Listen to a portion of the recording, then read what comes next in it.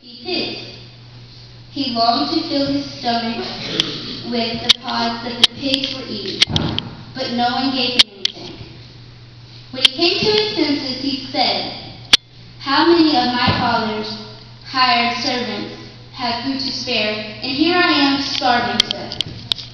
I will set out and go back to my father and say to him, 'Father, I have sinned against heaven and against you. I am no longer worthy to be called your son. Make me like one of your hired servants.' So he got up and went to his father.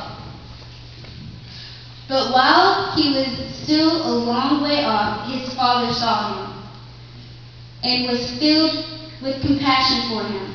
He ran to his son, threw his arms around him, and kissed him. The son said to him, 'Father, I have sinned against heaven and against you. I am no longer worthy to be called your son.' But the father said to his servants, 'Quick, bring the best robe and put it on him. Put a ring on his finger and sandals on his feet. Bring the fattened calf and kill it. Let's have a feast and celebrate. For this son of mine was dead and is alive again. He was lost and is found.' So they began to celebrate." Well, as I was reading that, I began to realize that the younger son had felt every right to take his inheritance, there you go, thanks, and go off on his own.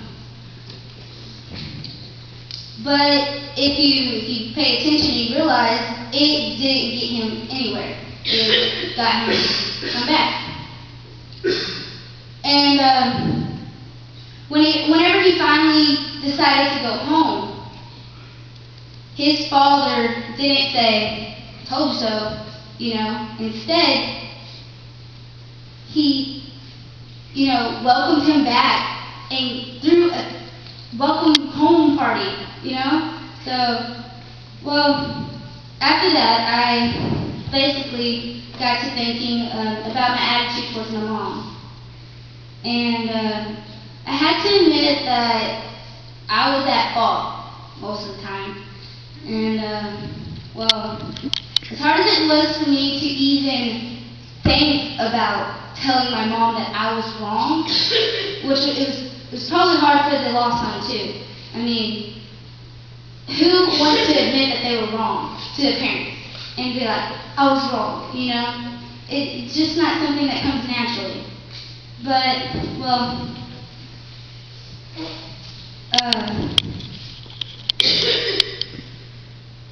I got this feeling that I needed to tell my mom that I was wrong and that I knew I was wrong. I had this weird urge. You know how you have this urge that you just have to do something, like maybe go outside and play?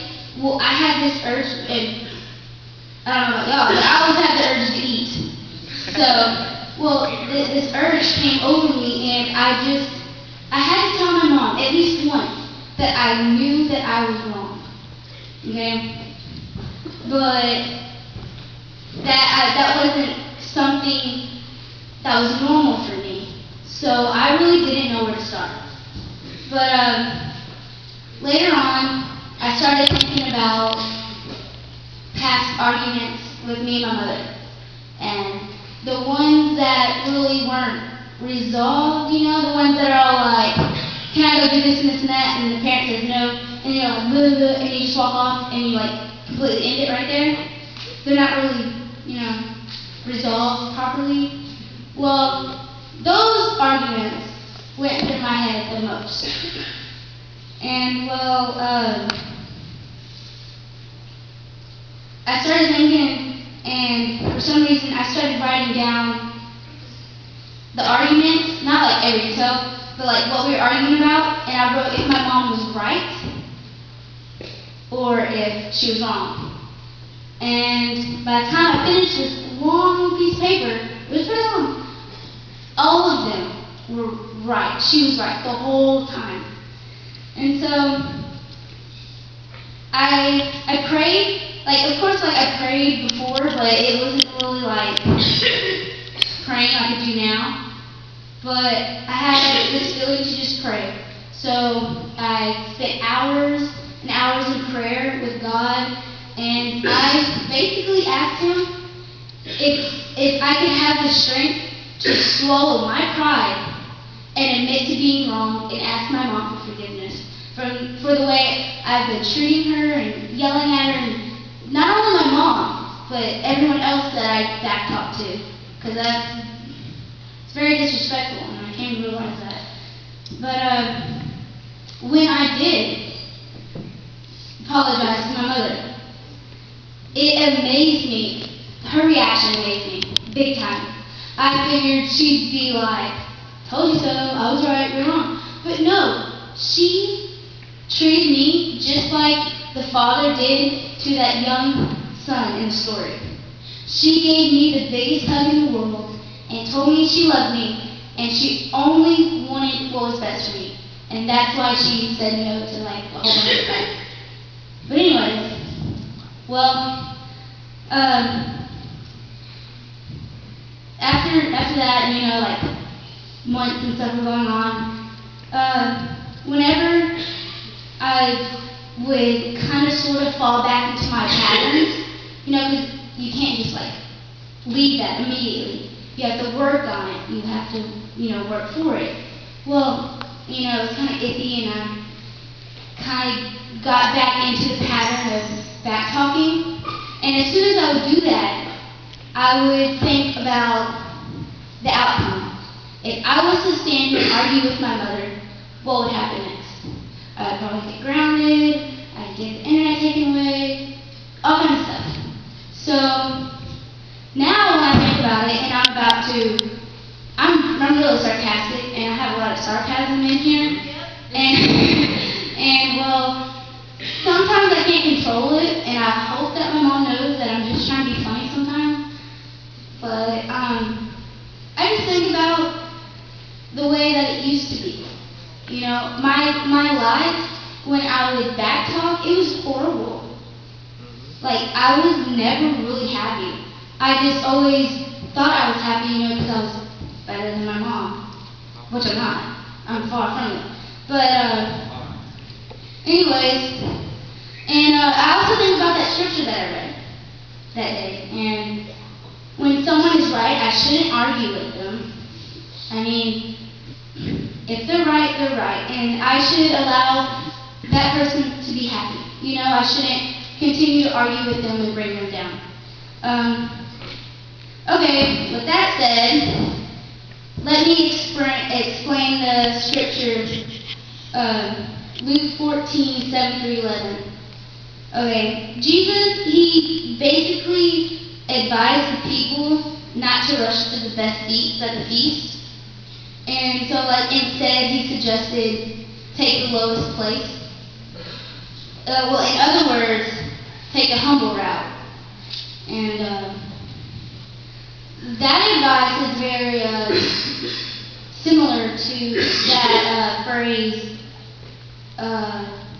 look out for number one, that little philosophy thing. Taking the lowest place might involve like helping someone, you know, going out of your way to help someone that's in need of help.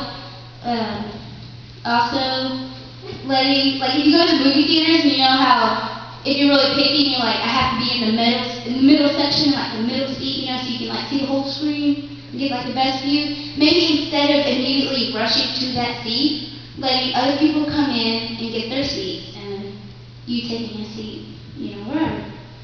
At least you can still see the screen, hopefully. But also,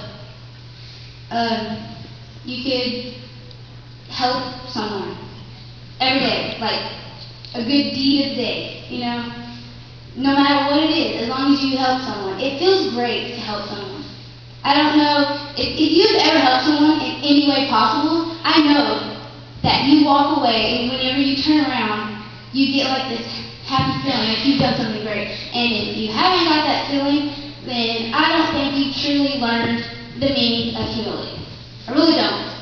But I hope and I pray that tonight, during the speech I just gave, that you learned something. Well, like everyone knows that saying, no one is perfect. And it's true, because no one is. So, I guess my advice is admit when you're wrong. You know, when you're arguing, just tell someone, yeah, I was wrong, okay? Well, I guess my question for y'all guys is, how low will you go?